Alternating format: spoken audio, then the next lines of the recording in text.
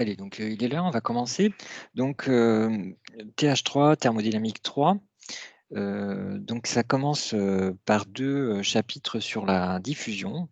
Alors on va voir d'abord la diffusion des particules, ensuite on va voir la diffusion thermique, et puis après je généraliserai un petit peu. Je vous montrerai que en physique, dans d'autres domaines que vous connaissez, en électricité, en mécanique des fluides, vous avez aussi affaire à des équations de type diffusion. Et puis dans une dernière partie, on s'intéressera un petit peu aux aspects microscopiques, que ce soit à l'équilibre ou hors d'équilibre, comme dans le cas de la diffusion. Vous m'entendez, hein? Rassurez-moi. Oui, Oui, oui, Ok, merci. on vous entend.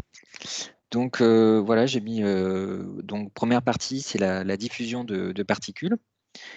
Alors, je commence par vous donner un exemple. Si vous avez, par exemple, une expérience qu'on peut faire assez facilement dans un lycée, quand on a quelques produits chimiques, on met dans un tube fermé. Donc ici, j'écris tube, tube fermé. On met à l'intérieur un petit peu de coton. Voilà. Donc ça, c'est du coton. Alors, pourquoi j'écris gros comme ça?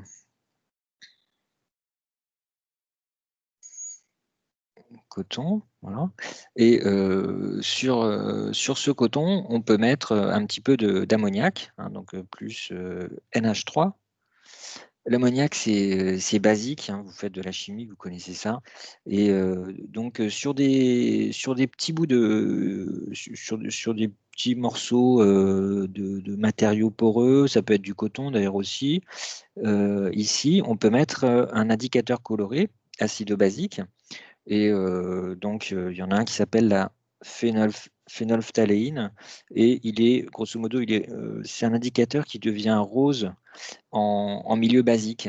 Donc, si on part d'un tube avec tube fermé avec de l'air, on met son bout de coton avec un petit peu d'ammoniac dessus à l'état liquide. Cet ammoniac il va se vaporiser, au moins en partie. Et on constate que la phénolphtaléine va réagir peu à peu. On va voir se colorer les petits morceaux qu'on a placés sur la droite, peu à peu, hein, de gauche à droite. Et donc, la conclusion qu'on en tire, c'est que l'ammoniac, bien qu'il n'y ait aucun courant d'air dans ce tube, puisque c'est un tube fermé, l'ammoniac a réussi à se déplacer peu à peu vers la droite, hein. Donc, ce déplacement, on dit que c'est un déplacement par diffusion de l'ammoniac vers la droite, hein. En fait, dans tout le récipient, si on attend suffisamment. Diffusion de NH3, donc détectée par la phénolphtaléine,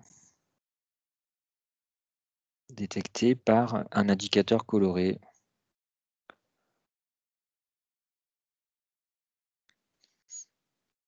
Voilà, alors phénolphtaléine. La phénolphtaléine, normalement, c'est incolore en milieu acide ou neutre, et ça devient rose en milieu basique. Voilà.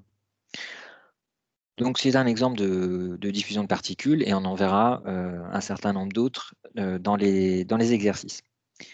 Alors, donc petit a, on va mettre ça en équation maintenant. Donc petit a, j'introduis la notion de courant de particules.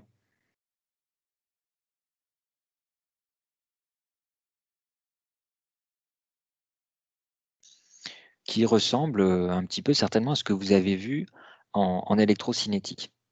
Alors, par exemple, si vous avez des particules qui se dirigent dans une certaine direction indiquée par la flèche, à une certaine vitesse v, je peux compter le nombre de particules qui traversent un élément de surface que je note S, comme ça. Ça, c'est une petite surface, une petite R, comme on dirait en mathématiques. Et donc, si les particules se déplacent dans la direction que j'ai indiquée par la flèche, en fait, les particules qui sont en train de traverser cet élément de surface que je vois de profil sur mon dessin, ce sont les particules qui étaient un instant avant dans un cylindre qui a cette tête-là à peu près. Les génératrices du cylindre correspondent à la direction du vecteur vitesse v. Donc, ce que je suis en train de faire là, c'est une sorte de vue de profil.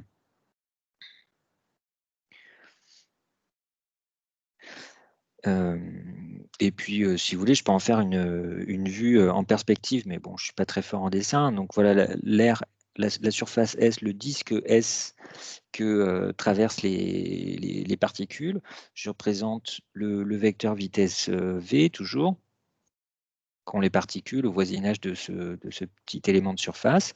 Je dessine grosso modo en perspective le cylindre qui est à gauche. Voilà, donc en 3 dimensions, ça donne quelque chose comme ça. Voilà.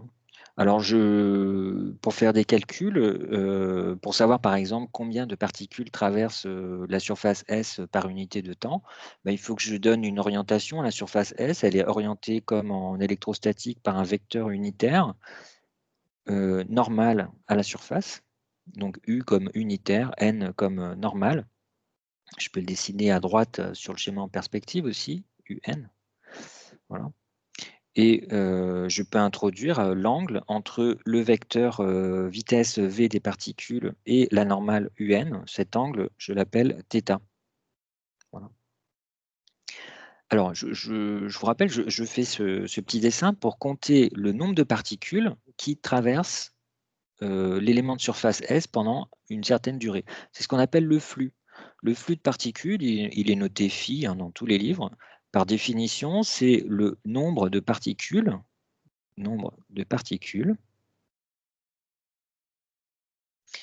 qui traverse cet élément de surface S, donc par unité de temps. C'est-à-dire par seconde, hein, concrètement. Allez, je vais mettre par unité de temps parce qu'on peut l'exprimer en différentes unités a priori. Mais vous savez bien que l'unité SI, c'est la seconde, par unité de temps. Voilà. Donc si je note n, le nombre de particules qui traversent, c'est hein, ce que je veux exprimer. Alors, ce que je disais, c'est que si je compte, par exemple, le nombre de particules qui traversent la surface S pendant la durée dt, eh bien, les particules qui ont réussi à traverser, ce sont des particules qui sont dans un cylindre de longueur v dt. C'est la longueur dont je parle, c'est ça. Ça fait v dt. Parce que si vous avez une particule qui est plus loin que ça, qui est derrière encore, pendant la durée d'été, elle n'aura pas eu le temps d'avancer jusqu'à la surface S. Moi, ce qui m'intéresse, c'est juste les particules qui traversent S pendant la durée VDT. Hein, donc sur le schéma à 2 dimensions, là, de profil, je peux l'écrire aussi, VDT, comme ça, c'est la longueur du cylindre. Bon. Et voilà, donc je vous rappelle que le volume d'un cylindre, qu'il soit incliné ou pas, c'est donné par la base, c'est-à-dire S ici, que multiplie la hauteur du cylindre. Alors la hauteur du cylindre, elle est facile à dessiner sur le schéma de profil. La hauteur du cylindre, c'est ce que je représente en noir ici. Et ça, qu'est-ce que ça vaut? Ça vaut V dt fois cosinus θ, puisque c'est l'angle entre V et UN. Hein, c'est ça l'inclinaison du cylindre. C'est VDT cosinus θ. Alors je peux essayer de le représenter ici aussi sur le schéma de droite. C'est un petit peu plus difficile à expliquer graphiquement, mais voilà. En gros, c'est cette distance-là, c'est VDT cosinus θ. Donc le volume du cylindre dans lequel se trouvent les particules qui vont traverser pendant une durée dt la surface S, c'est S VDT cos θ. Alors, si je veux savoir combien il y a de particules dans ce cylindre,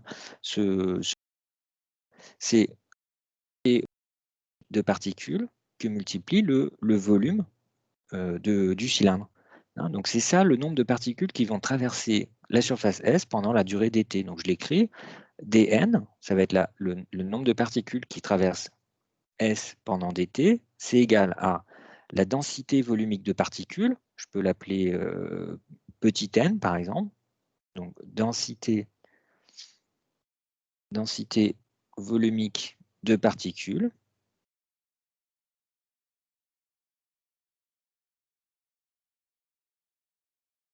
Voilà, nombre de particules par mètre cube, si vous voulez.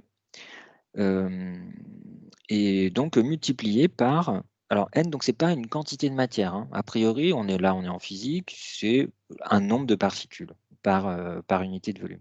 Donc multiplié par le volume du cylindre rouge, donc je vais l'écrire en rouge, et le volume du cylindre rouge, c'est donc la base fois la hauteur qui vaut V dt fois cosinus θ.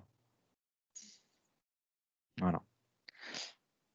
Donc en faisant ça, je prends les notations habituelles, hein, en tout cas des livres de prépa sur ce sujet-là. Alors, je peux réécrire tout ça un petit peu autrement. Je peux regrouper NV d'un côté et le terme cosinus θ, eh ben, je peux le faire disparaître en disant qu'il s'agit V θ, c'est V produit scalaire avec UN, puisqu'il y a justement l'angle il y a l'angle θ entre le vecteur V et le vecteur UN. Donc ça fait n fois V cos θ. Ça, c'est ce que j'ai écrit jusque-là. Et il me reste à multiplier par S et par dt, fois S et dt. Voilà. Alors, si je l'ai écrit dans cet ordre-là, c'est parce que le premier terme, n fois V, donc densité volumique de particules fois la vitesse de ces particules, ça se note J, et c'est ce qu'on appelle le courant volumique de particules. Donc j'écris à droite, c'est donc égal à, par définition, J, produit scalaire avec un vecteur qui est le vecteur S fois UN. Voilà. Donc ça va être par définition le vecteur surface. Alors je ne sais pas si vous avez vu ça en électrostatique, mais c'est une notation assez courante. Quand on a un élément de surface et qu'on le multiplie par un vecteur qui est normal à cette surface, on appelle ça un vecteur surface. Voilà, ça permet d'accélérer un peu l'écriture, de raccourcir l'écriture. Donc ça fait J scalaire S et que multiplie dt. C'est quel symbole, monsieur, que vous avez utilisé pour la densité volumique de particules? C'est petit n, Merci. n minuscule, quoi. Donc, je vous rappelle le flux, hein, j'ai dit le flux, c'est phi égale flux, c'est phi égale dn sur dt.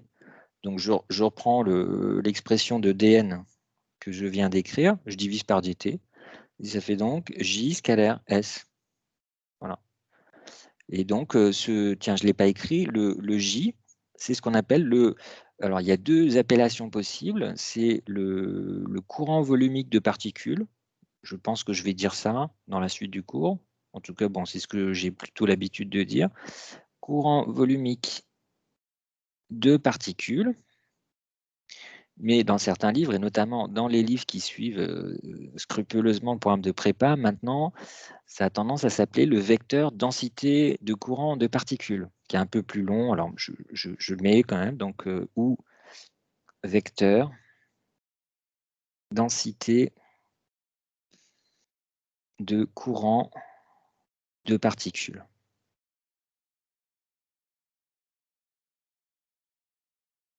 Voilà. Donc, bon, on retient par définition, on a donc J égale NV. Voilà, ça vous fait peut-être penser, je ne sais pas si on vous a détaillé ça en électrostatique ou en électrocinétique, il y a une formule qui ressemble à ça, c'est J égale ρ fois V. Hein. Donc, on appelle ça aussi un courant volumique, et en général, quand on fait ça en électrocinétique, on ne dit même pas de charge, mais c'est un courant, dans ce cas, c'est un courant volumique de charge. J égale ρ fois V. Et dans cette expression, ρ, c'est la densité volumique de charge. Voilà. On a le même genre d'expression en mécanique des fluides. Je crois que vous n'avez pas encore commencé la mécanique des fluides, mais il y a un vecteur courant comme ça en mécanique des fluides qui s'écrit J égale ρV aussi, mais dans ce cas, ρ, c'est la masse volumique. Donc il y a beaucoup d'analogies à faire entre différents domaines, parce que c'est vraiment une notion de base, quoi. Bon, est-ce qu'il y a des questions là déjà sur ce que j'ai dit, sur ce que j'ai écrit?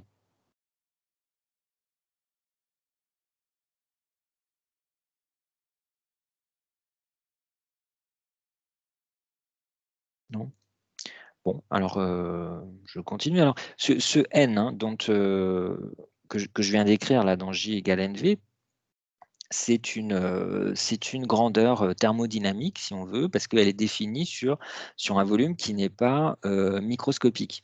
On parle en fait de volume mésoscopique parce que ces dimensions, les dimensions sur lesquelles on calcule le nombre, volumique, la densité volumique de particules, ce sont des dimensions qui sont, nettement supérieures au libre parcours moyen des particules.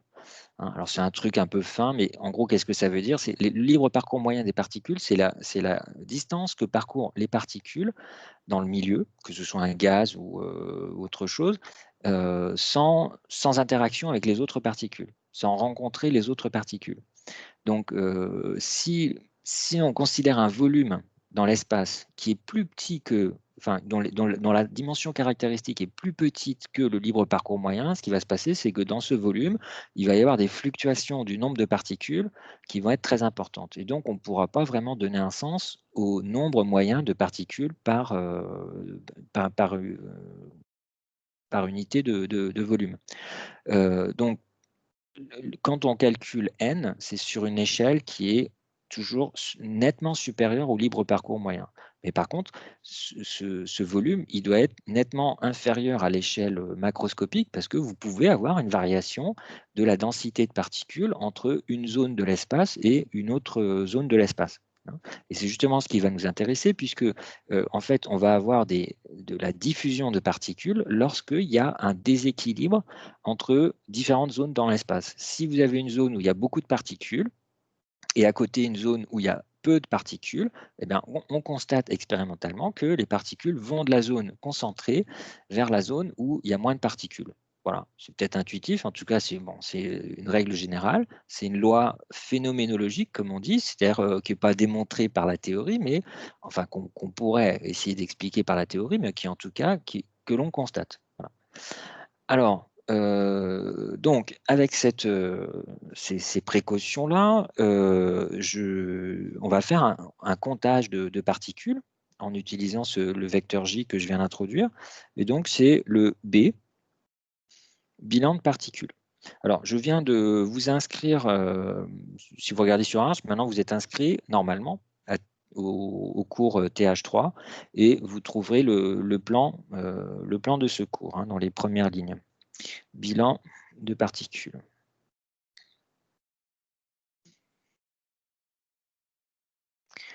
Voilà. Alors, je vais commencer à une dimension, puis on va voir qu'à 3 dimensions, c'est pas beaucoup plus compliqué. Donc, à une dimension.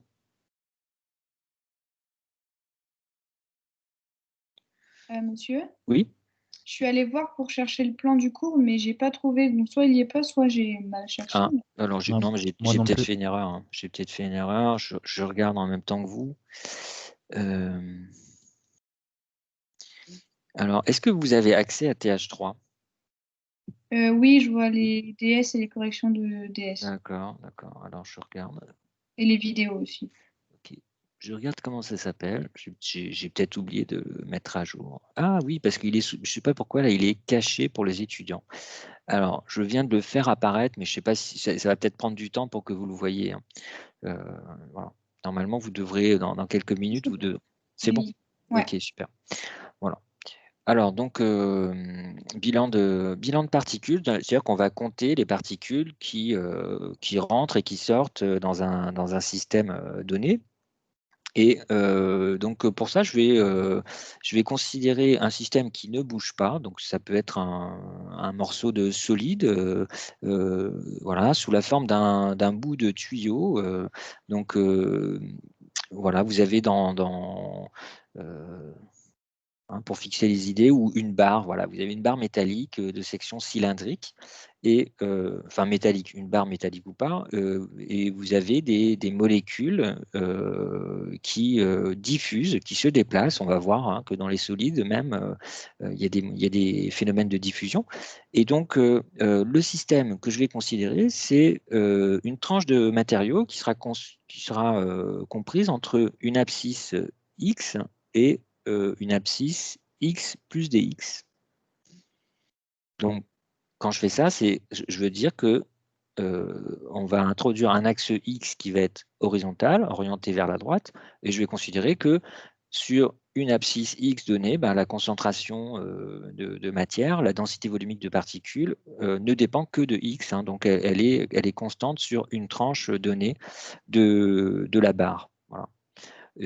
Cette barre, elle a une section S. Voilà, donc ce n'est pas le diamètre, hein, la section, c'est l'air que j'obtiens en coupant la barre perpendiculairement à son axe. Et donc, ce que je veux savoir, c'est comment évolue dans le temps le nombre de particules compris dans le système. Donc, pour moi, le système, c'est ça, c'est ce que je viens de assurer. C'est un système d'air, c'est un système de type qui a une allure cylindrique, base S et longueur dx, évidemment. Donc, j'appelle, comme je l'ai fait précédemment, j'appelle grand N le nombre de particules dans le système. N égale nombre de particules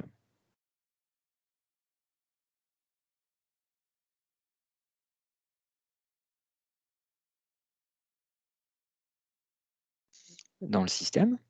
Et je compte ce qui rentre et ce qui sort. Alors, voilà, bilan, c'est la variation du nombre de particules. Je vais l'appeler dn, variation infinitésimale, parce que je vais compter ce qui rentre et ce qui sort pendant une durée dt. Alors, il y a deux contributions. Il y a des particules qui rentrent depuis la gauche. Je vais compter positivement ce qui se déplace de gauche à droite. Et donc, ce qui rentre à gauche, c'est donné par un courant volumique de particules qui arrive donc au niveau de l'abscisse X, ce que je note J de X. Et puis, donc, bon, voilà, si je m'occupe déjà de ça, ce qui rentre pendant la durée dt, puisque le vecteur J est perpendiculaire à l'élément de surface, perpendiculaire au bord gauche de mon système, là, qui est en bleu, le nombre de particules qui rentrent pendant dt, c'est simplement J de X, donc, fois S dt. Voilà, ça, c'est ce qui rentre. Évidemment, il y a aussi une partie qui sort, il y a aussi un flux, il y a aussi un courant volumique de particules qui sort. Il peut être plus grand, plus petit, bon, je ne sais pas. Mettons qu'il soit un peu plus grand, hein, ça fait une flèche un peu plus grande. Donc, si ça sort, ça veut dire que ça contribue à diminuer le nombre de particules. Donc, il faut que j'enlève J de X plus dx, toujours fois S dt. Voilà. Alors, je pense que vous commencez à avoir l'habitude. Quand on voit ça, on factorise par S dt et on a à écrire la différence. Donc, est-ce qu'il y a une question? Parce que j'entends un petit bruit. Monsieur, pourquoi Oui. est-ce que J de X plus dx, c'est plus grand que J de X? Ah non, Les particules se c'est déplacent juste parce que pas, je l'ai fait comme ça sur mon dessin, mais ça pourrait être n'importe comment, hein. les particules ne se déplacent pas, de manière homogène? Enfin, Non, c'est je ça, comprends. c'est-à-dire que il n'y a aucune raison que la vitesse de diffusion, que le courant soit le même en tout point. En fait, on va voir que ça dépend, on va mettre ça en équation, mais ça dépend de la distribution du nombre de particules dans l'espace. Vous voyez, par exemple, dans le premier exemple que j'ai donné, au moment où on met à gauche du tube le coton avec de l'ammoniac, vous avez énormément de particules, de molécules d'ammoniac dans l'air du tube à gauche, et vous en avez très très peu à droite. Donc ce qui va se passer, c'est qu'il va y avoir un fort courant de particules sur la gauche au départ, et puis sur la droite du tube, comme de toute façon il n'y a à peu près rien, il n'y a quasiment pas de courant de particules. Donc il n'y a pas de raison que le courant volumique de particules soit homogène. D'accord, merci. Bon, alors donc je disais, mathématiquement, vous commencez à avoir l'habitude avec le cours sur les ondes, par exemple, vous savez qu'il faut faire des développements limités, hein. Donc J de x moins J de x plus dx, c'est moins d rond J sur d rond x fois dx. Voilà. Donc, je peux réécrire ça, donc moins d rond J sur d rond x dx s dt. Et je vais introduire la densité volumique de particules petit n. Donc, je rappelle que petit n qu'on a défini juste avant, petit n, c'est la densité volumique de particules. Donc, c'est le nombre de particules que j'ai dans mon système, grand N, par le volume de ce système. Et ce volume, c'est comme j'ai dit tout à l'heure, c'est SDX. Donc, si je veux avoir une équation qui fasse intervenir petit n, eh bien, j'ai qu'à diviser l'équation précédente, c'est-à-dire dn égale tout ce qui est à droite, je divise par s dx. Et donc, ça me donne, allez, je l'écrive, d petit n égale d grand N sur s dx. Et donc, je divise ce que j'ai souligné en rouge à droite par s dx. Et il reste, je vois qu'il reste moins d rond j sur d rond x que multiplie dt. Voilà.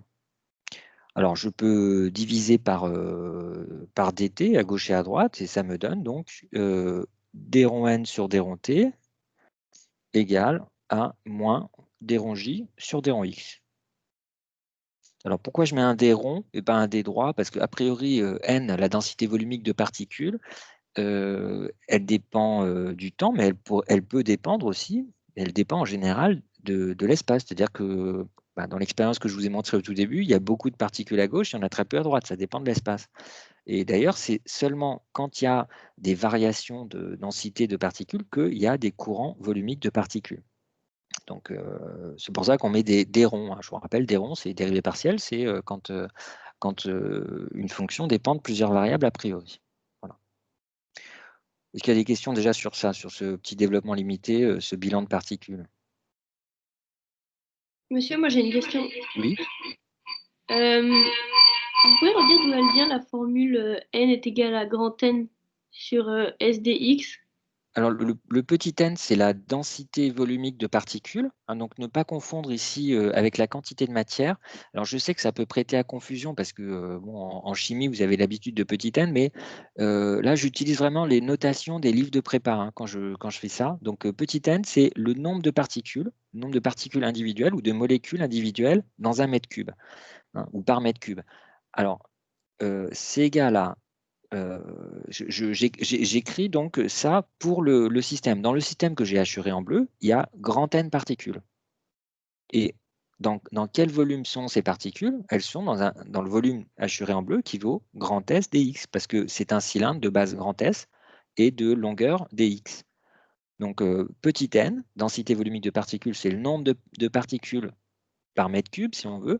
C'est grand N, nombre de particules dans le système, divisé par le volume du système. C'est Ok, bon? merci. Oui. Ok. Voilà, donc une équation dont on se resservira tout à l'heure. Alors, je vais généraliser tout de suite en restant à une dimension.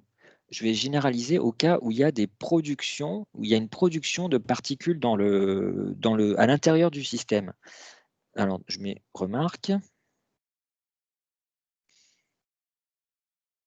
Donc, remarque, s'il y a une production de particules dans le système. Alors ça peut vous sembler bizarre, mais par exemple, si on fait de la chimie, si vous avez deux éléments qui réagissent ensemble, il y a localement, il peut y avoir une production de particules dans le système.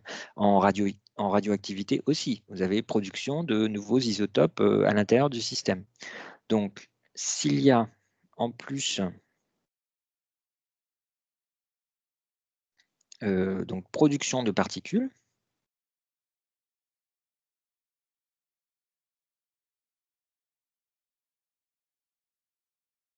dans le système.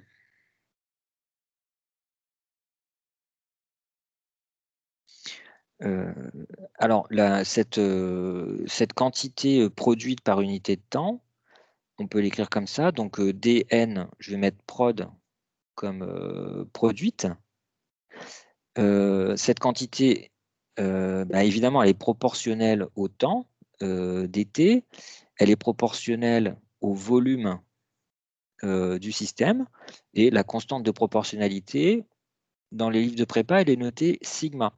Hein. Donc ce sigma, si vous voulez, c'est le nombre de particules qui apparaissent dans le milieu par seconde et par mètre cube. Hein. Donc c'est, je vais le noter, sigma égale nombre de particules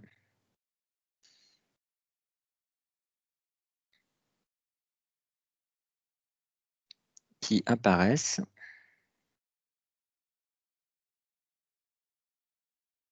par unité de volume et de temps.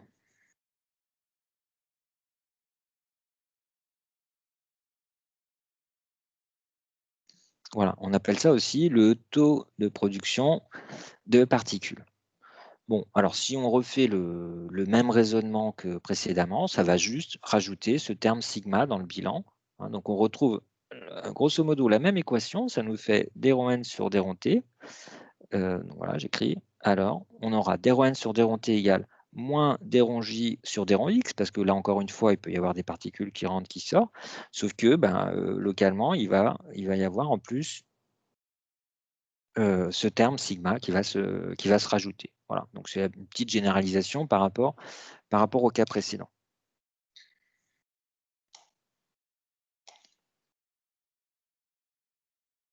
Voilà. Bon, s'il n'y a pas de questions, je passe au paragraphe suivant. Donc j'ai introduit une loi qui donne l'intensité de ce courant volumique de particules.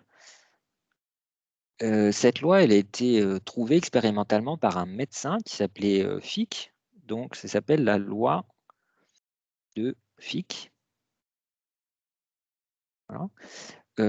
Et à partir de cette loi de Fick et du bilan de particules qu'on vient d'écrire, on va trouver ce qu'on appelle l'équation de diffusion de la chaleur. Et équation de diffusion thermique. Bon, je mets juste équation, pardon, pas de la chaleur, je ne suis pas encore à la chaleur. C'est l'équation de diffusion de particules, tout simplement ici. Voilà.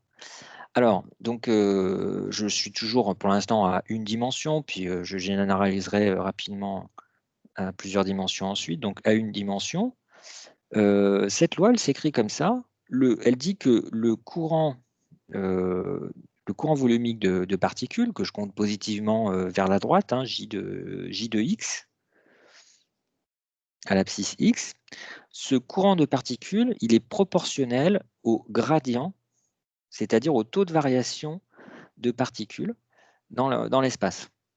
S'il y a une forte variation de la concentration de particules dans l'espace, à cet endroit-là, il va y avoir un fort courant de particules.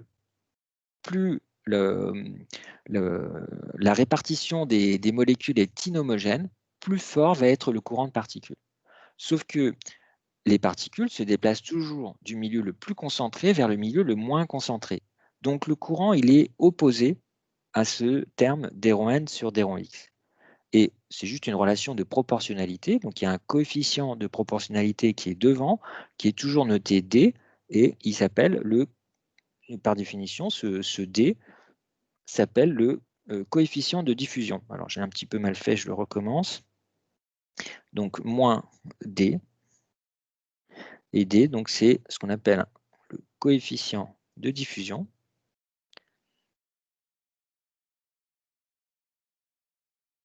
Bon, qui dépend du matériau considéré, qui peut dépendre de la température aussi. Voilà, c'est coefficient de diffusion. Des fois, on voit, c'est peut-être moins, je ne crois pas qu'on dise ça dans les livres de prépa, mais ça s'appelle la diffusivité.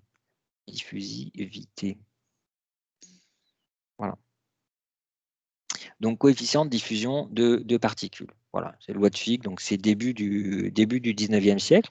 Alors, c'est une loi expérimentale, elle n'a pas été démontrée par Fick, elle a été observée.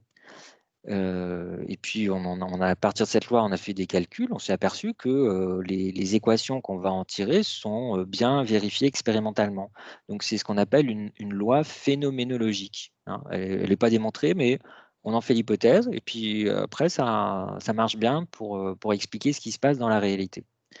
Hein. Donc, l'idée, c'est que le courant de particules est d'autant plus fort qu'il y a une inhomogénéité sur la densité de particules. Voilà.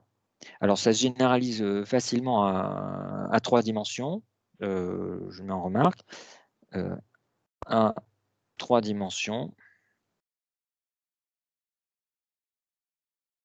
Eh bien, si vous voulez, là, j'ai utilisé l'axe X, un vecteur à 3 dimensions, J, à 3 dimensions. Il a 3 composantes, suivant X, suivant Y, suivant Z. Eh bien, la composante suivant X, c'est donné par moins d des rangs n sur des rangs x. La composante suivant y, c'est moins d des rangs n sur des rangs y, etc. Et donc, on peut rassembler tout ça avec une seule équation. Et le vecteur qui a comme composante des rangs n sur des rangs x, des rangs n sur des rangs y, des rangs n sur des rangs z, ça s'appelle le gradient. Alors, je pense que vous l'avez vu déjà, ça, en électrostatique. Donc, la généralisation naturelle de l'équation de la loi de Fick à une dimension, c'est J égale moins D gradient de N. Alors, pour l'unité des différents termes, vous avez J, donc le courant volumique. Quand on le multiplie par une surface, J fois S, et par un temps, ça nous donne une densité de particules. Donc, la dimension de J, c'est dimension des particules, c'est rien, c'est un nombre de particules, divisé par l'unité d'une surface et divisé par un temps. Donc, L-2, T-1. On peut aussi dire que d rond n sur d rond x, c'est quoi? C'est comme dimension, c'est la dimension de n, c'est-à-dire rien, un nombre, divisé par la dimension, alors pardon, je dis une bêtise, n, c'est pas rien, c'est pas juste un nombre, c'est un nombre de particules par unité de volume. Donc la dimension de n, c'est 1 sur L3, c'est-à-dire L-3, et la dimension de x, une longueur, c'est L. Donc ça fait L-4. Voilà. Donc avec ça, je peux calculer à partir de la loi de Fick. Hein. Donc la loi de Fick, c'est ça. Hein. C'est le. J'ai écrit loi de Fick. Donc on peut calculer, on peut en déduire la dimension du coefficient D, de la diffusivité, le coefficient de diffusion. C'est la dimension de J divisée par la dimension de D rond n sur D rond x. Donc ça nous fait L-2 T-1 sur L-4. Voilà. Et donc on trouve L2 L carré T-1. J'ai mal fait. Voilà. Ça veut dire que l'unité SI, l'unité du système international pour la diffusivité, c'est des mètres carrés par seconde. Mais on le trouve souvent dans les tables, par exemple, la diffusivité, on la trouve en centimètres carrés par seconde. Je ne sais pas pourquoi, mais c'est souvent écrit comme ça dans les tables. Voilà. Quelques valeurs typiques, des ordres de grandeur que vous n'avez pas à connaître par cœur. Mais bon, j'ai vu que dans le programme de CPGE, on demande aux élèves de connaître ça par cœur. Moi, je ne connaissais pas par cœur. Coefficient de diffusivité des gaz, 10 puissance moins 5 mètres carrés seconde moins 1. Voilà, ça c'est un ordre de grandeur. Et coefficient de diffusivité pour un liquide, c'est beaucoup moins encore, c'est 10 puissance moins 10 mètres carrés seconde moins 1. Alors pourquoi c'est beaucoup moins? C'est assez intuitif. Hein. Dans un liquide, les molécules elles sont assez serrées les unes contre les autres, donc c'est difficile de passer à travers. Dans un gaz, il y a beaucoup plus de place et donc une molécule donnée va pouvoir se faufiler plus vite entre les autres. Hein. Donc c'est ça, microscopiquement, qui explique la facilité avec laquelle une molécule ou un ensemble de molécules vont diffuser dans l'espace. Voilà. Est-ce que jusque-là, ça va? Est-ce qu'il y a une question? Oui, monsieur, c'était pour Oui. savoir, vous avez mis l'expression avec 3 dimensions entre parenthèses, c'est-à-dire que nous, on utilisera quasiment uniquement celle avec une seule dimension? Non, je peux vous faire utiliser l'expression à 3 dimensions, mais en fait, rarement, je vais rarement l'utiliser telle qu'elle est écrite là. Je vais l'utiliser quand on va arriver à l'équation de diffusion. Je vous en reparlerai à ce moment-là. D'accord, merci. Donc, maintenant, justement, je vais combiner la loi de Fick qu'on vient de voir avec le résultat, le bilan qu'on a fait dans le paragraphe B, le paragraphe précédent. Donc, on combine cette loi de Fick plus le bilan de particules.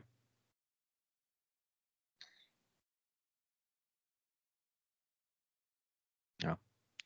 Alors, bon, je vais commencer à une dimension, puis on va voir comment on généralise à 3 dimensions. Donc, à une dimension, le bilan, ça s'écrivait d-rho n sur d-rho t. Hein, n, je vous rappelle, donc densité volumique de particules, c'était moins d-rho j sur d-rho x, dérivé de j par rapport à x. Mais on vient de dire avec la loi de Fick que j, en fait, c'est moins le coefficient de diffusion que multiplie d-rho n sur d-rho x, qui correspond à un gradient de particules. Hein, donc le dernier terme que j'ai mis entre parenthèses, c'est j à l'abscisse x. Bon, plus éventuellement un terme source, un terme de production qui est noté sigma. Hein, sigma, en fait, comme source de particules, parce que sigma, c'est la lettre S en grec. Alors, vous voyez bien qu'on peut simplifier un peu cette expression, parce que D, c'est une constante. Hein, ça dépend que du matériau, éventuellement de la température, mais on ne va pas tout faire en même temps. Ici, la température, on va supposer qu'elle est homogène dans notre gaz ou dans notre système.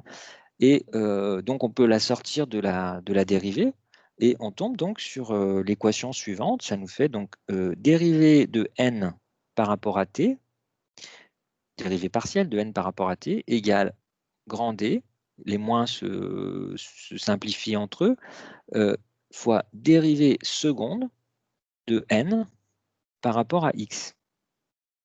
Et bon, éventuellement, plus un terme sigma. Voilà. Alors, c'est ça qu'on appelle l'équation de diffusion.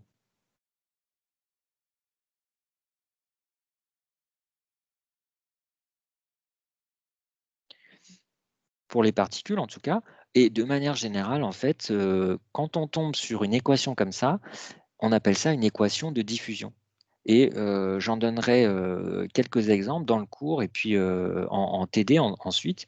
Il y a plusieurs domaines de la physique dans lesquels on tombe sur des équations comme ça. Alors, vous voyez que ici, j'ai travaillé pour l'instant à une dimension. Qu'est-ce qui se passe quand on fait ce bilan-là à 3 dimensions? Alors, je pourrais faire un calcul vectoriel. Vous connaissez maintenant, je pense, quelques formules avec divergence, gradient, voire pire, vous avez peut-être vu des rotationnels. Je ne sais pas si vous avez fait encore, peut-être avec l'induction. Alors, je pourrais faire de l'analyse vectorielle, mais là, regardez, si on regarde à une dimension de la diffusion, cette diffusion, elle se fait le long de l'axe X, mais quand on est à 3 dimensions, il n'y a pas de raison que l'axe X joue un rôle particulier. L'axe Y ou l'axe Z sont tout à fait équivalents à l'axe X lui-même. Hein. Donc, quand on passe à 3 dimensions, le terme dérivée seconde par rapport à x, il devient dérivée seconde par rapport à x, plus dérivée seconde par rapport à y, plus dérivée seconde par rapport à z. Et ça s'appelle le Laplacien. Donc, généralisation à 3 dimensions.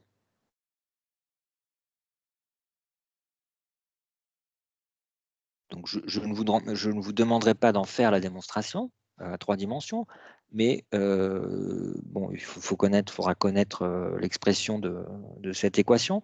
Ça nous donne dérivée partielle de n par rapport à t égale coefficient de diffusion d qui multiplie le Laplacien. Donc le delta que je mets ici, ce n'est pas juste une variation, c'est le Laplacien de la fonction n. C'est une fonction du temps et de l'espace, hein, plus sigma. Donc je le mets en dessous ici. Attention, le delta, c'est le Laplacien, dont vous connaissez l'expression en coordonnées cartésiennes x, y, z. Donc, et je le mets quand même, ça fait d2n sur dx2 plus d2n sur dt sur dy2 plus d2n sur dz2.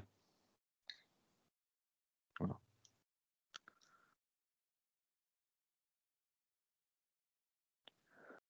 Alors, tant qu'on y est, là c'est en coordonnées cartésiennes. Hein. Je vais aussi des expressions données cartésiennes.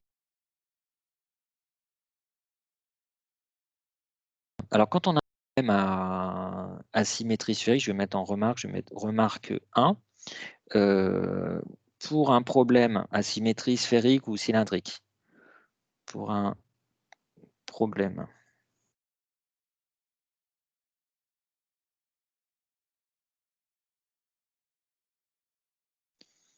Asymétrie cylindrique pour commencer. Symétrie cylindrique, ça veut dire quoi? Ça veut dire qu'on a invariance par translation le long d'un certain axe qu'on appelle Z en général, et on a aussi invariance par rotation autour de cet axe Z. Donc, dans ce cas-là, il se trouve que le Laplacien, on peut l'écrire comme ça, 1 sur R fois dérivée par rapport à R, dérivée partielle par rapport à R, de R fois d rond n sur d rond R. Voilà. Je ne vous demande pas d'apprendre ça par cœur. Hein. Alors, s'il n'y avait pas la symétrie sphérique, il y aurait aussi des termes en dérivés par rapport à Z et dérivés par rapport à θ. Hein. Mais en fait, quand on fait un calcul en symétrie cylindrique, quand on utilise les coordonnées cylindriques, c'est justement parce qu'il y a une simplification à faire, parce qu'il y a, par exemple, il n'y a pas de variation suivant Z, il n'y a pas de variation sur l'axe Z. Voilà. Donc, en pratique, quand on utilise ces coordonnées, c'est seulement dans les cas où le Laplacien se réduit à ce terme-là.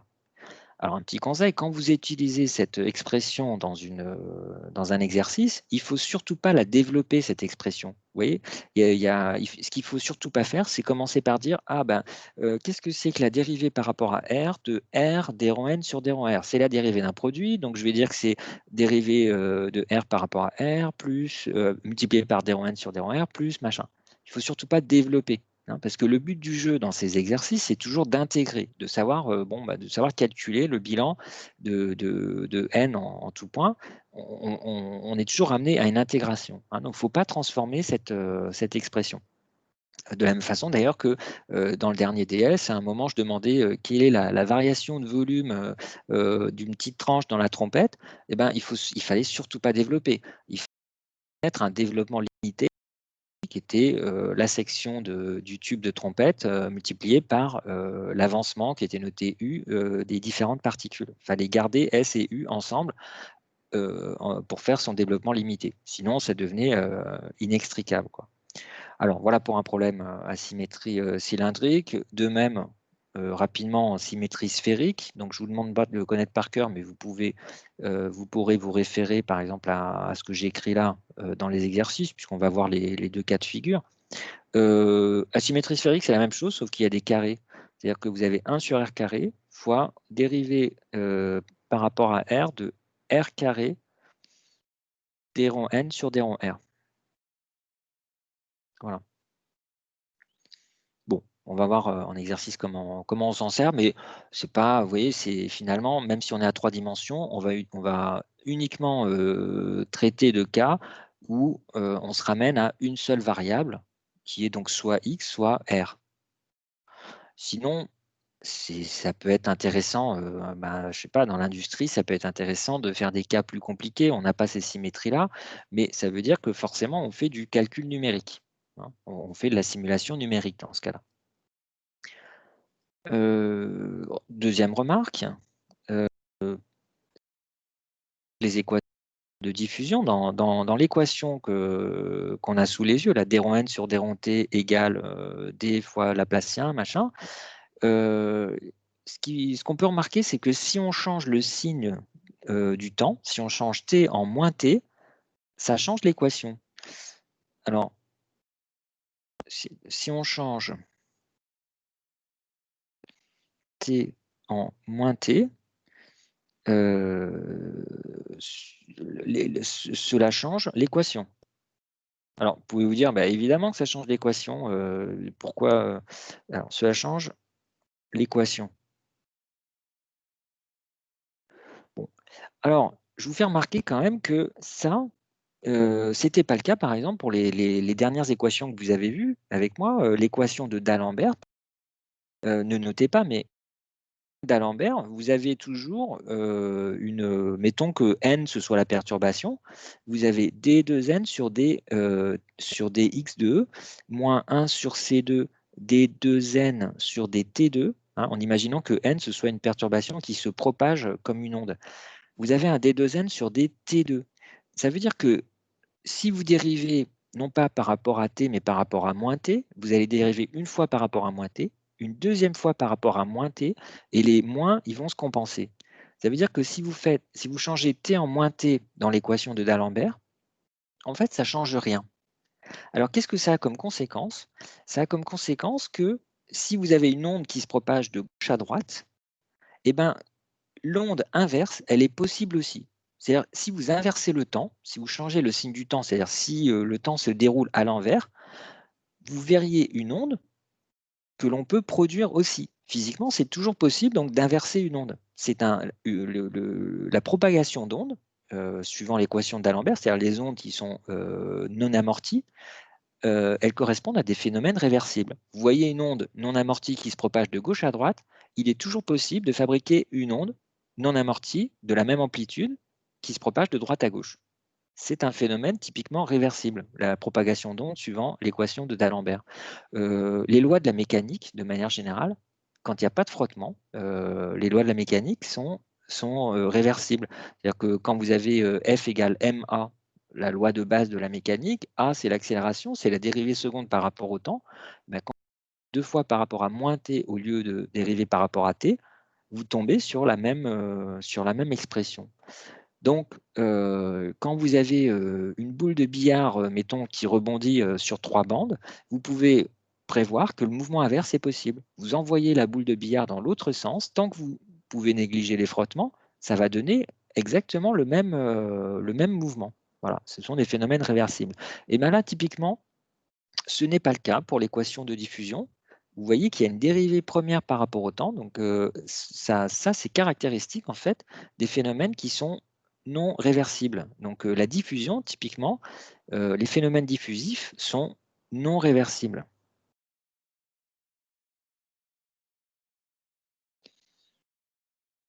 Donc, que ce soit la diffusion de particules, diffusion de chaleur ou d'autres choses, comme on va voir après. Les phénomènes diffusifs sont non réversibles.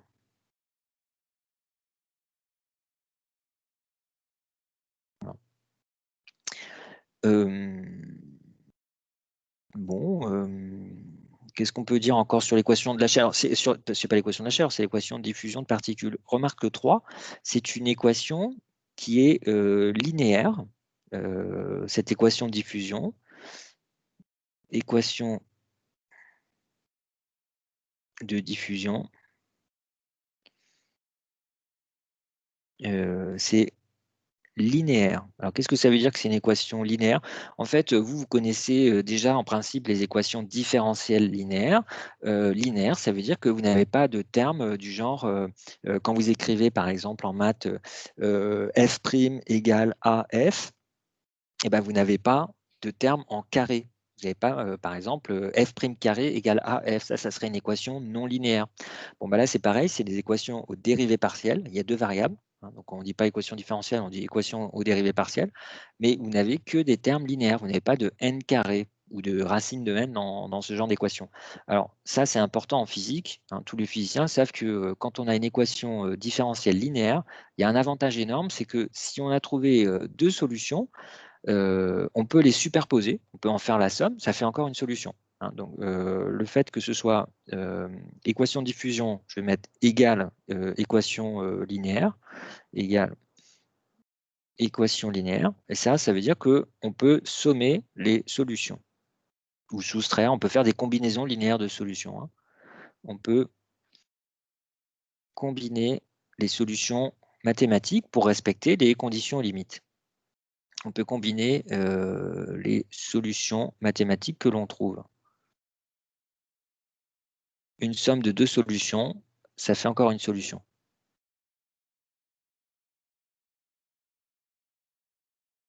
Voilà.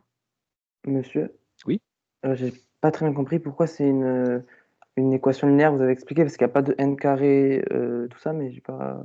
Bah, c'est la définition, si vous voulez. Vous connaissez, n'écrivez pas, mais vous connaissez, par exemple, en maths, vous faites ça, y' égale AY, vous avez appris à résoudre, ou y' plus AY, Y seconde plus AY plus BY est égal à 0, ou est égal à exponentielle X. Bon. tout ça, c'est linéaire parce que vous n'avez pas de termes en carré, vous n'avez pas de termes en racine. C'est juste des combinaisons linéaires de la fonction y et de ses dérivés. Voilà, c'est ça les équations linéaires. Quand on repère qu'on a une équation linéaire, si on trouve deux solutions y1 et y2 à l'une de ces équations différentielles, on peut les sommer, ça fait y3, bah, y3 est encore solution de l'équation différentielle. C'est bon? Oui, merci. Voilà, donc c'est une remarque générale sur l'aspect mathématique. Et donc, dernière remarque, un truc que j'ai dit mais que j'ai pas écrit, en fait, cette équation de diffusion, on la retrouve dans différents domaines de la physique. Ça reste, on parle encore d'équation de diffusion. Donc, toute équation de ce type-là, toute équation du type donc d rond f sur d rond t avec, voilà, je mets un f au lieu de n, hein, parce que ça peut être n'importe quoi. D rond f sur d rond t égale un certain coefficient fois delta f à 3 dimensions, donc coefficient d fois delta f. Toute équation comme ça, quel que soit le domaine de la physique dans lequel on se trouve, ça s'appelle une équation de diffusion, hein,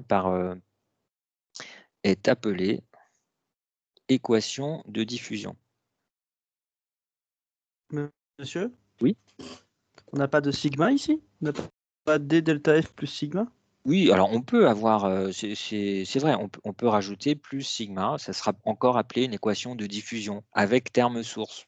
Voilà, le sigma, on l'appelle terme source dans ce cas-là. Ok. Et donc, bon, en fait, dans quasiment tous les domaines de la physique, on peut trouver des équations de diffusion.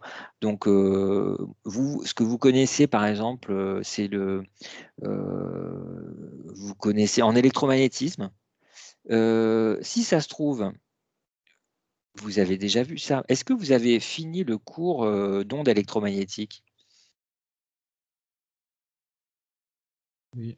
Oui, bah donc normalement, en tout cas si Monsieur Toupens a eu le temps de finir son programme, vous avez fait l'effet de pause, c'est-à-dire que vous avez vu l'arrivée d'une onde électromagnétique sur un conducteur non parfait, et ben vous avez dû voir que le champ électrique, il arrive à rentrer un petit peu dans le conducteur, si on tient compte de sa conductivité finie.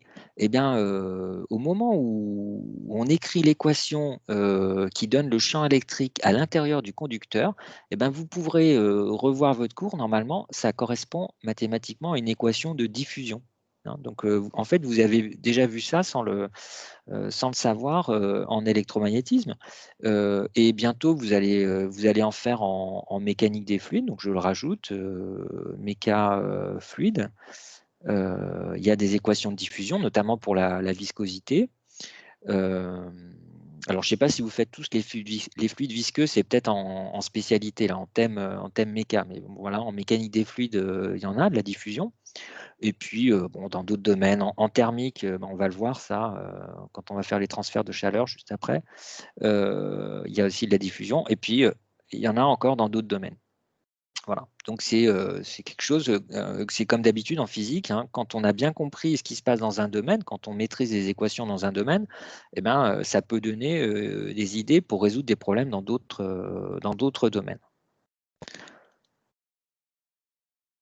Alors, donc avec ça, s'il n'y a pas de questions, je passe au paragraphe suivant. Donc, paragraphe grand D, longueur et temps caractéristique.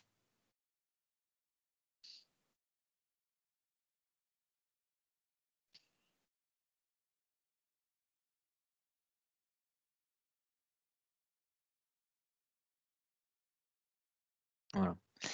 Alors, ce qui m'intéresse là, c'est d'avoir quelques ordres de grandeur parce que les équations de diffusion, sauf quelques cas simples qu'on va étudier dans les exercices, les équations de diffusion, elles sont relativement compliqué à résoudre si on veut tenir compte des géométries qui n'ont pas forcément une symétrie simple, comme la symétrie sphérique, ou si on a des conditions aux limites qui sont pas simples.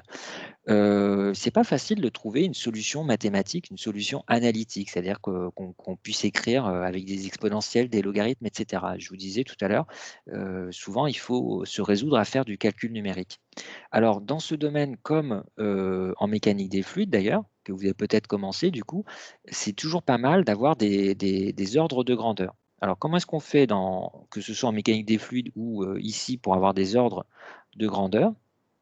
Eh ben, une des façons de faire, c'est de raisonner sur les unités. Par exemple, le terme d-n sur d-t qu'on voit apparaître dans l'équation de diffusion, en ordre de grandeur, il vaut la densité divisée par un temps. C'est la densité, c'est homogène en tout cas à la densité divisée par un temps. Et ce temps, c'est le temps caractéristique d'évolution du système. Donc, temps caractéristique, c'est un ordre de grandeur, un temps caractéristique d'évolution, c'est un ordre de grandeur du temps qu'il faut attendre pour qu'il se passe quelque chose. Par exemple, pour que la diffusion ait lieu. Bon, d'autre part, le terme qu'on trouve à droite, la dérivée seconde, qui correspond au Laplacien, si on veut, d2n sur dx2, en ordre de grandeur, c'est quoi? C'est au numérateur, c'est la densité de particules, et au dénominateur, c'est une longueur au carré. Voilà. Et cette longueur L qu'on met au carré, c'est une longueur caractéristique. Si je veux avoir un ordre de grandeur, c'est une longueur caractéristique du système. Voilà. Donc si par exemple, caractéristique, si par exemple vous voulez savoir en combien de temps un morceau, je ne sais pas, un boulet de canon qui est très chaud, en combien de temps il refroidit, la longueur caractéristique, ça va être le diamètre du boulet. Voilà, c'est une longueur caractéristique du problème. Alors, si on prend l'équation de diffusion et qu'on utilise des ordres de grandeur, équation de diffusion, donc le terme de gauche, qui est d-n sur d-t, en ordre de grandeur, ça va être la densité de particules divisée par le temps caractéristique. Et le terme de droite, c'est-à-dire d fois le Laplacien, ça va être en ordre de grandeur d fois n sur la longueur caractéristique. Ce qui veut dire qu'en simplifiant par les n, on obtient une relation juste en ordre de grandeur, c'est une relation approximative. On obtient la relation d fois t est égal à L carré. Voilà. Donc, c'est d'ailleurs ce qu'on peut voir assez facilement. Si on calcule la dimension de D, on s'aperçoit que c'est L carré sur T. D'ailleurs, on l'a déjà fait. Donc, ce n'est pas tellement étonnant d'obtenir une relation comme ça. Alors, exemple numérique. Exemple d'un cas où on peut avoir un ordre de grandeur sans résoudre d'équations différentielles. On fabrique des semi-conducteurs pour faire des diodes, des transistors, enfin tout ce que vous trouvez dans un ordinateur, tout ce qu'il y a d'intelligent dans un ordinateur, c'est basé sur les transistors et les diodes. Ce sont des circuits, les microprocesseurs sont des circuits imprimés qui sont bourrés de diodes et de transistors. Alors qu'est-ce que c'est qu'une diode? C'est une jonction PN. Une jonction PN, c'est un bout de silicium. Le silicium, c'est ce qu'on trouve dans le sable, si vous voulez. C'est un bout de silicium dans lequel on a fait diffuser d'un côté des impuretés d'un certain type, par exemple du phosphore, et de l'autre côté des impuretés d'un autre type, par exemple de l'arsenic, des éléments en très très petite quantité. Mais le fait de les faire diffuser d'un côté et de l'autre d'une plaque de silicium, ça crée ce qu'on appelle une jonction PN, c'est-à-dire qu'il y a une partie qui va avoir des électrons en surplus, et puis il y a une partie qui va avoir des charges positives en surplus. Voilà, c'est la base des ordinateurs. Donc, c'est quelque chose qui est très utilisé. Et donc, on fait, pour faire des diodes, on fait diffuser des atomes qu'on appelle des atomes d'impureté, donc phosphore, arsenic, sélénium, des trucs comme ça, dans du silicium. Donc diffusion, par exemple, du phosphore, de P, dans du silicium. Le silicium, c'est le symbole Si. Alors, cette diffusion, elle se fait à haute température pour augmenter le coefficient de diffusion. Mais alors, le coefficient de diffusion dans un solide, il est extrêmement faible. Hein. C'est encore pire que pour les liquides qu'on a vus précédemment. En ordre de grandeur, le coefficient de diffusion du phosphore dans le silicium, c'est 10 puissance moins 14. Et c'est donné dans les tables, comme je vous disais, c'est donné en centimètres carrés par seconde, ce qui n'est pas l'unité SI. Et ça encore, c'est la valeur à haute température. Pour arriver à ce coefficient-là, il faut déjà être à 1000 degrés. Bon. Alors, au bout de 3 heures, mettons, sur quelle distance ont pu diffuser ces atomes de phosphore, hein? Vous collez des atomes de phosphore sur une plaque de silicium, et la question c'est de combien ils avancent dans la plaque, ces atomes de phosphore. Donc au bout de 3 heures, parce que sinon on s'endort après, hein, l'ordre de grandeur c'est quelle distance, sur quelle distance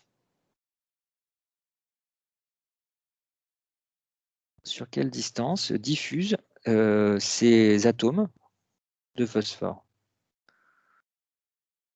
Donc les atomes P, phosphore. Bon, bah la réponse, elle vient de l'équation qui est au-dessus. On avait d fois t égale L carré, c'est-à-dire que L, en ordre de grandeur, tout ça c'est en ordre de grandeur, hein. Donc L, c'est donné par racine de D fois le temps. Bon. Alors quand on fait l'application numérique en ordre de grandeur, D, donc j'ai dit 10 puissance moins 14, mais il faut que je le mette en unité SI pour faire mon calcul. Donc 10 puissance moins 14, c'est des centimètres carrés seconde moins 1. Donc je le convertis en mètres carrés seconde moins 1. 1 centimètre, c'est 10 puissance moins 2 mètres. Donc au carré, ça fait 10 puissance moins 2 au carré. Et là, ça y est, je suis en unité SI, mètres carrés seconde moins 1. Ça, c'est pour D. Et il faut que je multiplie par le temps caractéristique. Donc, alors, D, je le souligne en rouge, ça correspond à ce calcul-là. Et le temps caractéristique, j'ai dit 3 heures. Alors, 1 heure, c'est 3600 secondes. Donc, 3 heures, c'est environ 10 000 secondes. Donc, fois 10 000, c'est-à-dire 10 puissance 4 secondes. Voilà, en ordre de grandeur. Bon. Donc, ça nous fait racine de 10 puissance moins 14.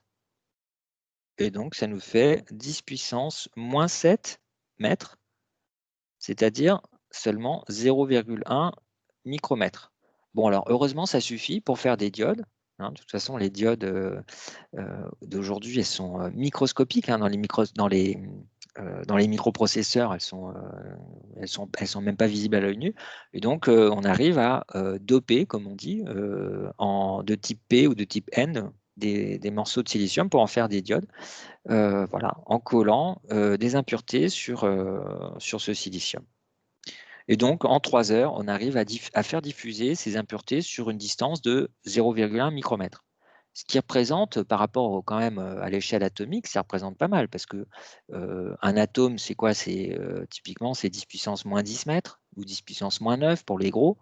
Hein, donc c'est quand même beaucoup plus petit que cette distance-là. Donc les atomes, ils ont quand même réussi à se faufiler pas mal à travers les premières couches atomiques du silicium. Voilà. Sur les ordres de grandeur, ça va? Une question? Monsieur, Oui. ça fait pas racine carrée de 10 moins 11? Non, parce que j'ai 10 puissance moins 14. Le premier, je l'ai peut-être mal écrit, c'est un 10 puissance moins 14. Après, il y a 10 puissance moins 4 fois 10 puissance 4. Ah oui, oui, autant pour moi.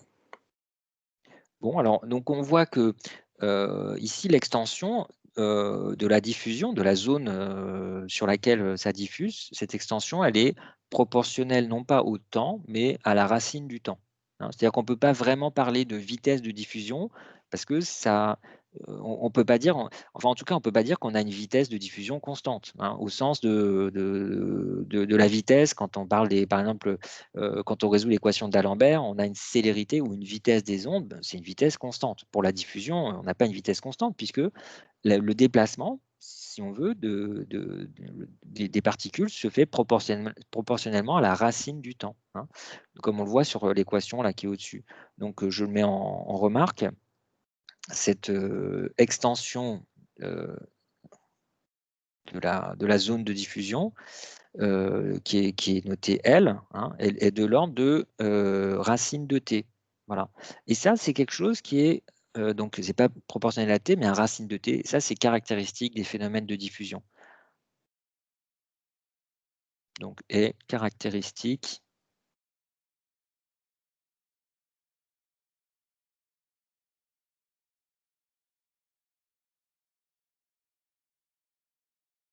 des phénomènes de diffusion. Voilà. Alors, il y a d'ailleurs des solutions analytiques à l'équation de la diffusion qui montrent bien ça. Alors, mais par contre, pour le dessiner, c'est pas terrible. Je vais essayer de le trouver rapidement sur mon ordinateur, une solution.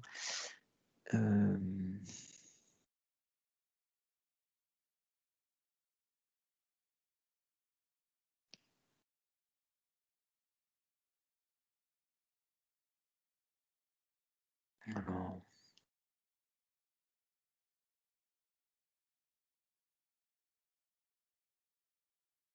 ah voilà.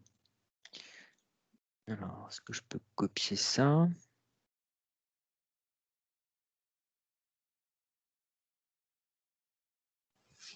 Monsieur? Oui. Et juste les petites vagues que vous mettez entre chacune de vos expressions, il faut les lire comme des équivalents ou des environ égales? Environ égal. C'est en ordre de grandeur. Ok, merci. Alors, là, ce que je vous montre à l'instant, c'est une solution mathématique de l'équation de diffusion.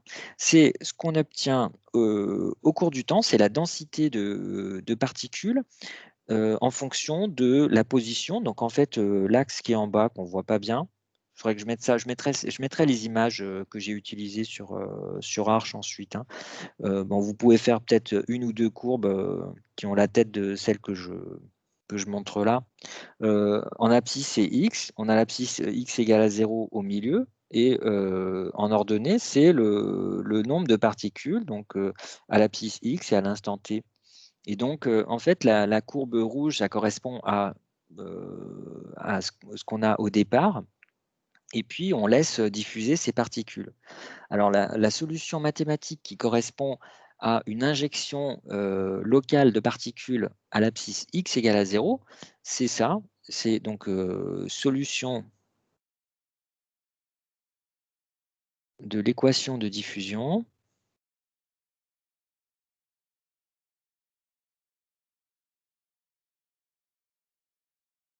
pour une injection à t égale à 0 en x égale à 0.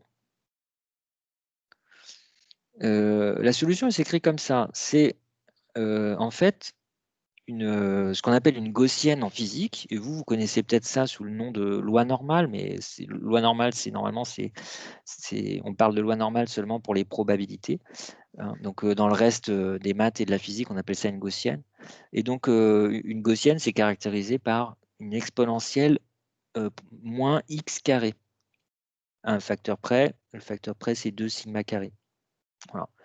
Donc ça, on peut vérifier, c'est un petit peu rébarbatif, mais on peut vérifier que cette expression-là de n en fonction de x et du temps, c'est bien une solution de l'équation de diffusion. Si vous êtes un peu courageux, vous pouvez le faire.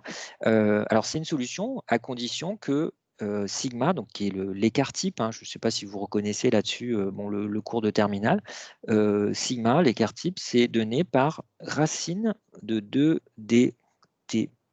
Voilà. Donc, on voit bien, on reconnaît encore le sigma, c'est quoi? L'écart type, grosso modo, c'est, si je le dessine hein, sur le schéma, l'écart type, en gros, c'est la largeur la largeur des pics. Voilà, ça c'est sigma à un instant proche de 0. Et puis un peu plus tard, le sigma sur la courbe bleue, ça sera ça. Hein. Bon, enfin, vous savez ce que c'est l'écart type sur une gaussienne. Enfin, pour une loi normale, hein, c'est ce que vous avez fait en terminale. Donc, grosso modo, c'est la largeur de la courbe. Eh ben, on voit que cette équation, elle dit que cette largeur augmente proportionnellement à la racine du temps. Hein. Donc, voilà, la largeur de diffusion, la largeur de la courbe, la largeur est proportionnelle à racine de t. Monsieur? Oui. Monsieur, j'ai pas vraiment compris la remarque avec l'extension. Pourquoi on n'a plus racine de dt? Racine de dt. Ah oui, non, parce que j'ai dit proportionnel. La largeur est proportionnelle à racine de t. Le coefficient d, c'est une constante. Donc si Ah, j'ai d'accord. sigma qui est la largeur qui est égale à racine de 2 dt, c'est racine de 2d fois racine de t. Voilà. D'accord, merci. Mais monsieur, Oui. ça veut dire que quand on dit que L est proportionnelle à racine de dt, juste au-dessus de la remarque. Ou là, c'est à peu près égal. Oui, alors en fait, je mets à peu près égal. Hein, quand j'écris la petite vaguelette, ça veut dire c'est en ordre de grandeur. Hein. Voilà, c'est en ordre de grandeur à peu près égal à. Ça dépend en fait des conditions initiales, des conditions limites. Donc c'est approximatif. C'est juste un ordre de grandeur. Par contre, quand j'écris en bas la sigma égale racine de 2 dt, c'est exactement égal à ça, mais seulement pour un problème précis qui est le problème de l'injection. On injecte des particules, un certain nombre de particules en x égale à 0 à l'instant t égale à 0, et ensuite on regarde comment ces particules diffusent dans l'espace. Voilà. Et la solution, en tout cas à une dimension, la solution exacte de l'équation de diffusion, c'est celle que je vous ai donnée là, avec la gaussienne. Bon, et on remarque sur cet exemple particulier que effectivement, on a bien une extension qui est proportionnelle à racine de t. OK?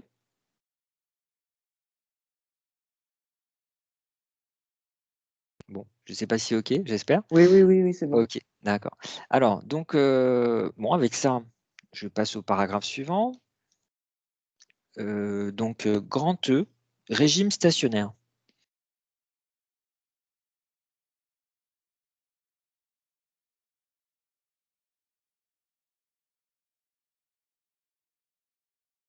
Alors, on dit aussi des fois régime permanent. Hein, dans ce chapitre, en tout cas, c'est synonyme. Donc, ou permanent. Voilà. Donc, qu'est-ce que c'est qu'un régime stationnaire ou un régime permanent? C'est un régime c'est une situation où la grandeur qui nous intéresse ne dépend plus du temps. Hein. Donc, par définition, puisqu'on est en train de parler de la densité de particules, c'est ça qui varie dans le temps et dans l'espace. On est en régime stationnaire lorsque n, la densité volumique de particules, ne dépend pas du temps.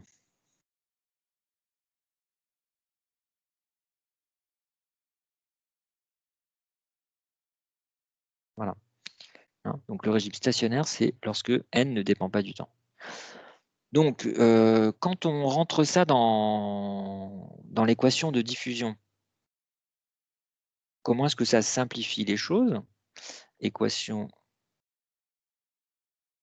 de diffusion. Si j'enlève le terme dépendant du temps, le terme dépendant du temps, c'était d rho n sur d rho t. Donc, j'écris d rho n sur d rho t est égal à 0. Et donc, c'est égal à d fois le Laplacien de n, plus éventuellement le terme source sigma. Voilà, ça vaut 0. Alors, cette équation-là, je l'ai écrite pour l'instant à 3 dimensions. Ça, c'est à 3 dimensions. Et on peut bien sûr encore la simplifier si on considère qu'on est à une dimension. Et puis, c'est encore plus simple. D'ailleurs, le cas le plus simple, c'est une dimension et sans terme source. Alors, on peut le faire rapidement ensemble, parce que ça fait en particulier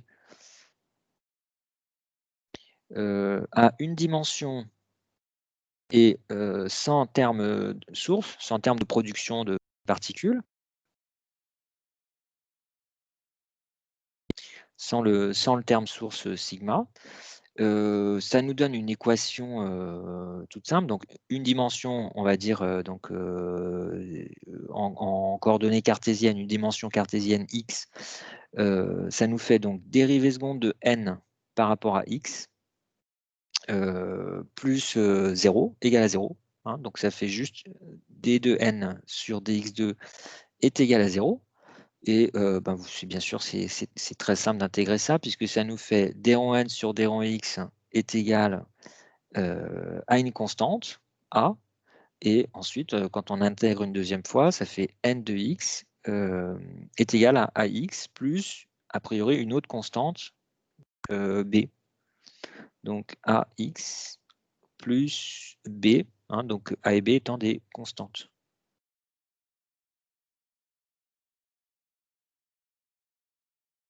Voilà. Donc après, bon, comment s'écrivent A et B? Bah, ça dépend des conditions initiales, des conditions aux limites. Alors, exemple de conditions aux limites.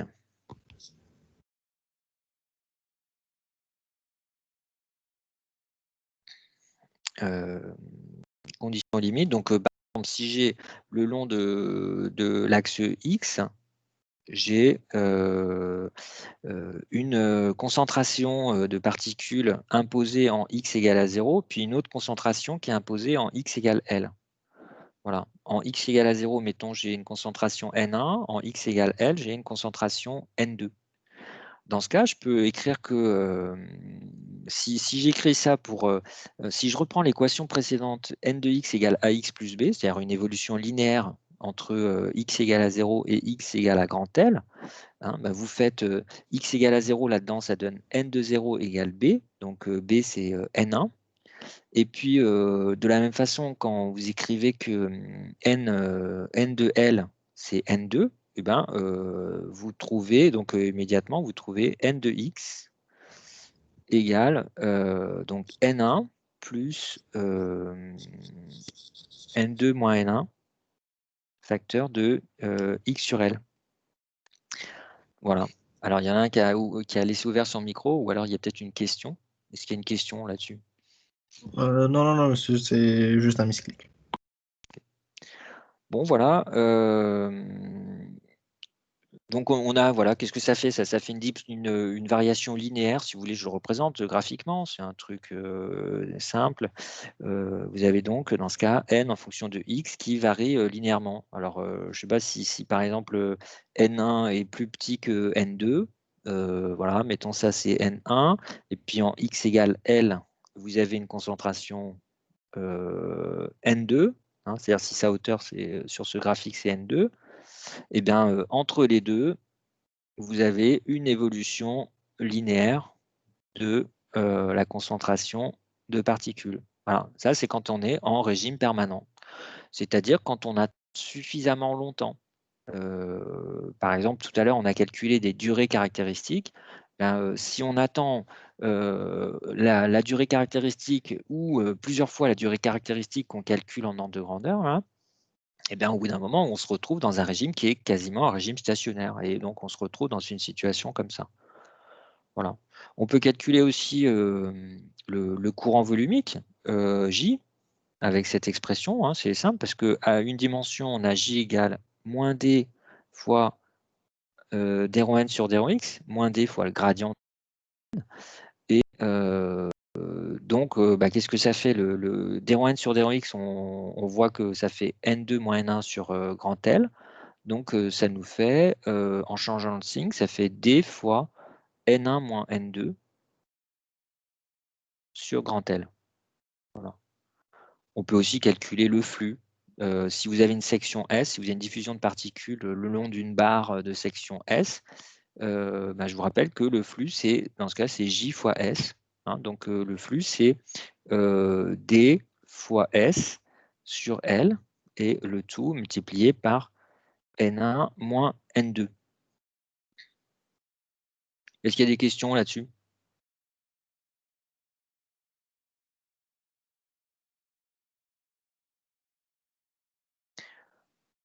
Alors, ça, on peut l'écrire inversement, ou on peut écrire N1 moins N2 est égal à L sur ds fois phi. J'ai juste inversé, j'ai fait passer le terme ds sur L de l'autre côté. Alors, l'intérêt quand même d'écrire ça comme ça, c'est pour vous faire remarquer une analogie avec l'électricité. En fait, quelle est la source du déplacement des particules? Ce qui cause le déplacement des particules, c'est la différence de concentration entre deux points dans le matériau. Hein. Donc la différence N1 moins N2 ou N2 moins N1, c'est la cause des déplacements, c'est la cause de la diffusion. Et l'effet de la diffusion, c'est le nombre de particules qui traversent la section donnée du matériau. Donc le phi, c'est l'effet. Voilà. Et bien ça peut peut-être vous faire penser à ce qu'on voit en électrostatique ou en électrocinétique plutôt. En électrocinétique, vous avez la cause du déplacement des charges électriques, c'est une différence de potentiel. Vous avez des équations du genre V1 moins V2 égale une constante fois le courant. Et dans ce cas, le courant, la constante, je vous rappelle qu'on l'appelle grand R, on l'appelle résistance. Donc, la constante qu'on a ici devant phi, en fait, c'est l'analogue d'une résistance grand R, d'une résistance électrique. Donc, je ne pense pas qu'on donne un nom à cette constante dans le chapitre diffusion, mais on pourrait appeler ça, éventuellement, on pourrait appeler ça résistance à la diffusion. Bon, ça c'est une expression que j'invente ici, hein, mais c'est vraiment analogue, résistance à la diffusion. Dans le chapitre sur la diffusion thermique, on parle effectivement de résistance thermique. Bon, dans un chapitre sur la diffusion de particules, en général, on ne parle pas de résistance comme ça, mais c'est vraiment, mathématiquement, c'est la même chose. Hein. Voilà. Est-ce qu'il y a des questions là-dessus?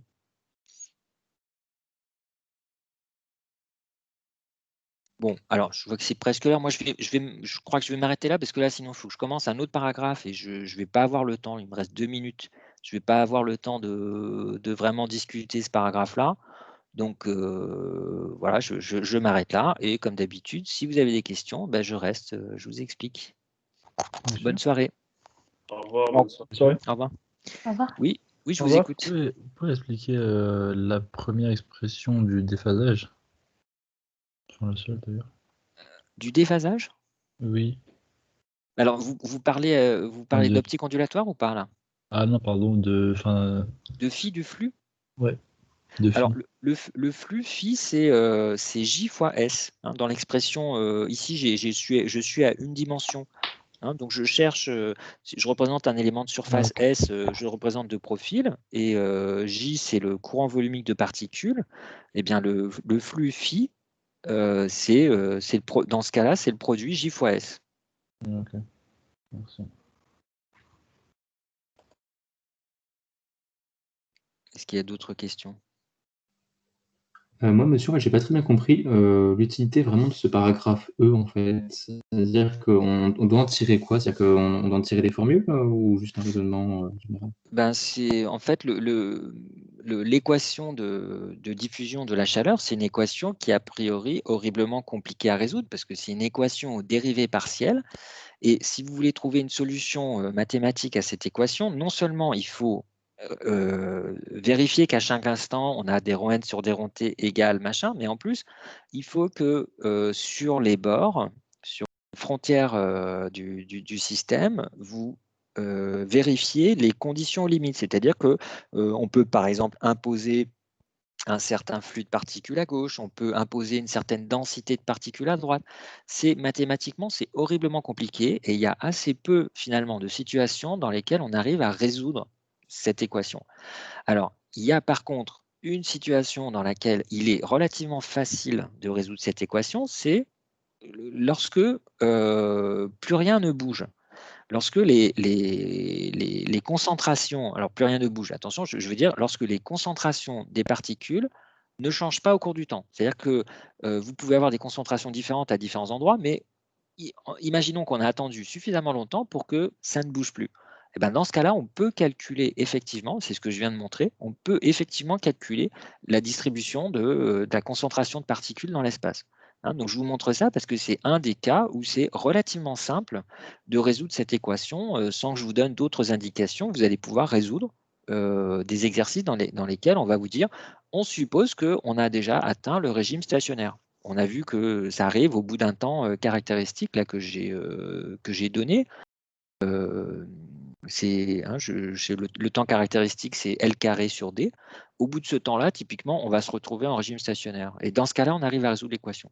Voilà, donc je ne sais pas, est-ce que j'ai répondu à votre question? Est-ce que c'était ça votre question? Oui, c'était ça en fait. J'avais pas très bien vu ce que ça donnait, mais du coup, c'est déjà plus précis. Merci, monsieur. De rien. Monsieur? Oui. Bonjour. Bonjour. Moi, ce que j'ai pas compris, c'est par rapport à la remarque lorsqu'on dit que l'extension, elle, est égale à peu près à racine carrée de t. Juste en bas, en fait, le paragraphe avec le schéma, j'ai pas du tout compris. La conclusion qu'on en tire. Tire quelle Alors, conclusion? attendez, je C'est- remonte ah, un petit peu. C'était quand j'ai c'était ça. commencé à... Non, là, Ici? avec le schéma. Ça. En fait, la solution, ça. Ça, j'ai pas du tout compris. Alors, oui, c'était parce que je venais de vous expliquer que juste à partir des dimensions, à partir des ordres de grandeur, on arrive à prévoir que ce que je vais entourer là en vert, hein, on arrive à prévoir que euh, l'ordre de grandeur de la distance sur laquelle diffusent des particules sur une durée t, en ordre de grandeur, c'est donné par racine de dt. Bon. Et comme c'était juste un calcul en ordre de grandeur, je confirme, si vous voulez, cet ordre de grandeur en vous donnant une solution. Hein, donc je la parachute, je ne vous demande pas de savoir la retrouver, cette solution, mais je vous donne une solution mathématique de l'équation de la diffusion correspondant à une condition initiale qui est à l'instant 0, je balance toutes les particules que j'ai à l'abscisse x égale à 0. Donc la solution mathématique, dans ce cas-là, c'est ce que j'entoure en rouge ici. Bon. Et on voit sur cette solution, si on se rappelle un peu de son cours de terminale, on se rappelle que le sigma qui est dans cette formule, en fait, c'est l'écart type. C'est-à-dire que ça vous donne un ordre de grandeur de la largeur de la courbe en cloche, qu'on appelle aussi une gaussienne. Hein. Et on voit que sur cette solution, c'est ce que j'ai écrit encore en dessous, là, je l'entoure en bleu, dans cette solution, l'écart type, il est égal exactement à racine de 2 dt. C'est-à-dire que cette largeur typique de la courbe, elle est bien proportionnelle à la racine du temps. Donc ça confirme ce qu'on avait obtenu par calcul dimensionnel, simplement en ordre de grandeur. D'accord. Voilà. Ah, Je vous disais que c'était caractéristique, cette évolution en racine de t, elle est oui. caractéristique de l'évolution des distances de diffusion au cours du temps pour les phénomènes. Donc, c'est caractéristique des phénomènes de diffusion. D'accord, c'est bon. J'ai compris, merci beaucoup. De rien. Bonne journée, au revoir. Bonne soirée. Bonjour monsieur. Oui, bonsoir. Moi, c'est juste le tout début, j'avais pas compris. Alors, je remonte. La toute première équation. Toute première équation, le tout début de mon cours, en fait. Oui. Alors, ok, je fais un zoom là. C'est notamment le calcul de dn. dn, donc c'était le nombre de. Je notais dn, le nombre de particules qui traversent la surface S que j'ai représentée en bleu pendant une durée dt.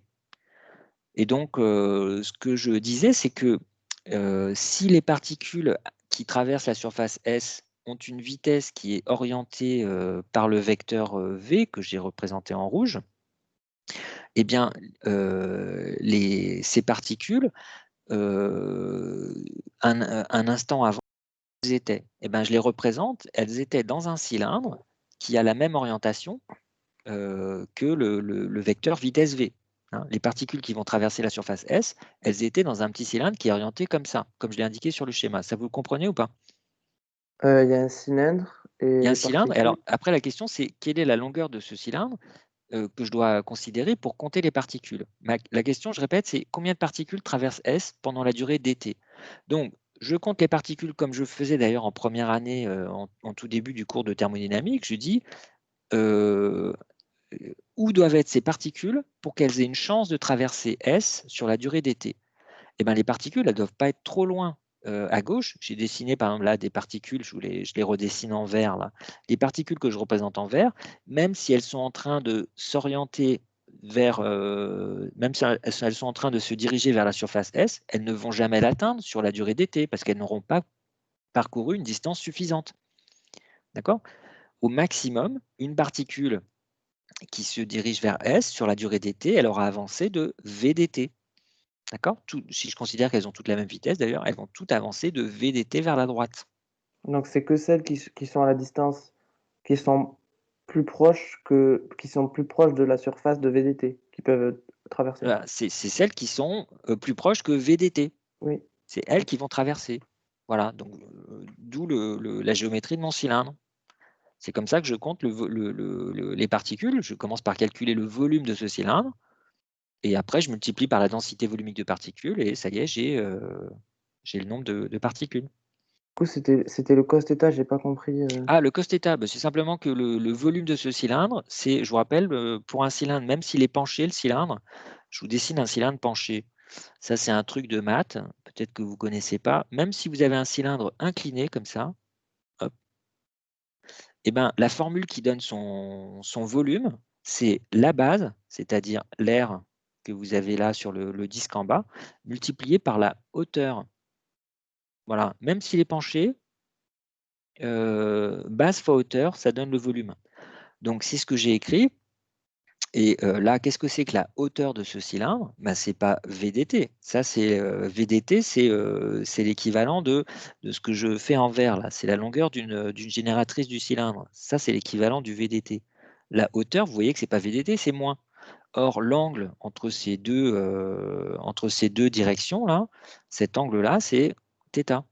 Donc, la hauteur, c'est VDT cos θ.